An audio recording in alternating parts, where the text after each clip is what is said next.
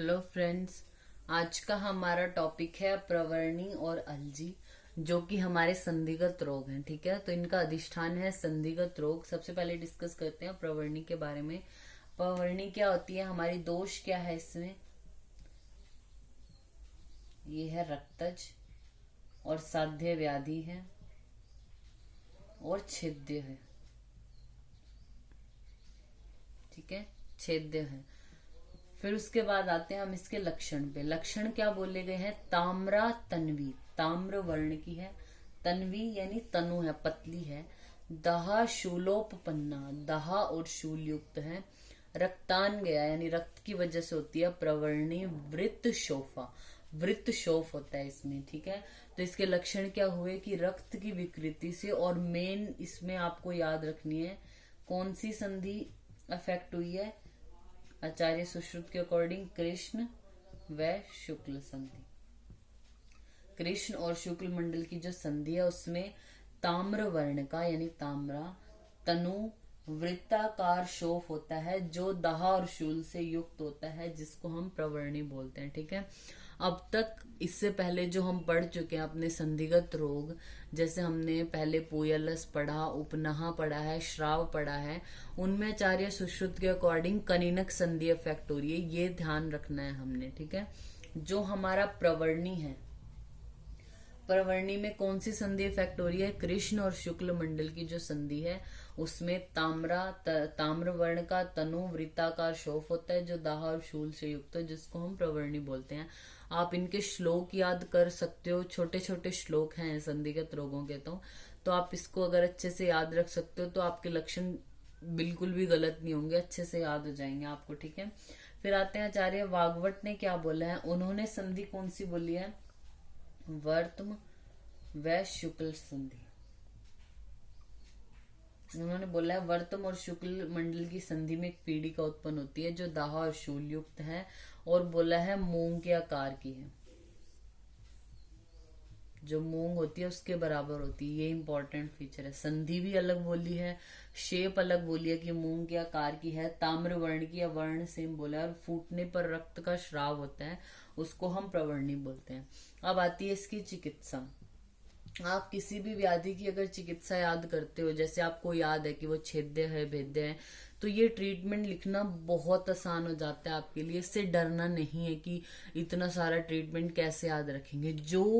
जो भी व्याधि है वो भेद्य है, यानी उसमें भेदन करना है, इंसाइज करना है, उसमें जरूर पूया या कुछ मटेरियल कलेक्ट हो रहा होगा, जिसपे आपको या तो पहले स्वेदन करना है, फिर एक इंसिजन देके छोटा सा कट देके उस श्राव को या जो पूया है, जो भी मटेरियल है, उसको बाहर निकालना है। वो भेद्य हो गए। फिर हमारी बात आती है वेदन। वेदन जिसमें आएगा यानी उसमें रक्त मोक्षण आप कर रहे हो। फिर आता है छेदन। छेदन का मतलब होता है एक्साइज करना, किसी चीज को आप कहीं से काट के अलग कर रहे हो, वो होता है छेदन। इन भेदन में सिर्फ आप क्या है, ये एक मटेरियल है, इसमें छोटा सा कट दे रहे हो, इसमें कुछ अलग नहीं कर रहे, ये आपका भेदन हो गया। लेकिन अगर इस आप इतने हिस्से को काट के अलग कर रहे हो इससे, वो आपका छेदन हो गया।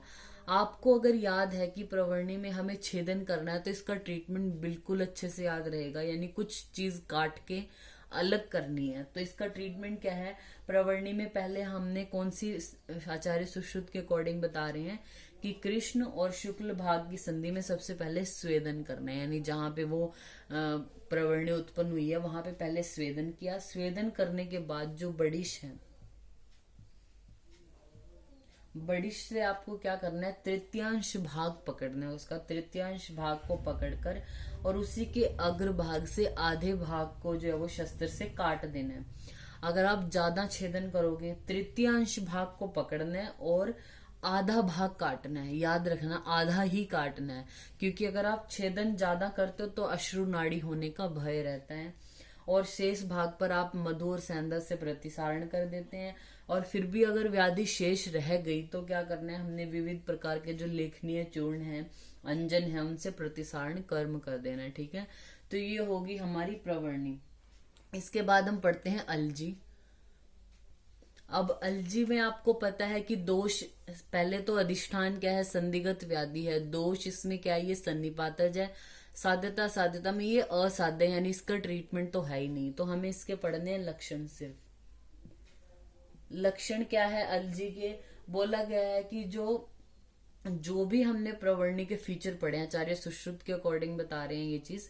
आचार्य सुश्रुत बोलते हैं जो हमने प्रवर्णी के फीचर पढ़े वो सारे होते हैं अलजी में, एक्सेप्ट इसमें जो वो है शोफ है, यानी जो स्वेलिंग हुई हुई है, इसमें क्या बोला था? ताम्रा तन्वी, यानी तनु था, पतला था, जो शोफ था वो पतला था।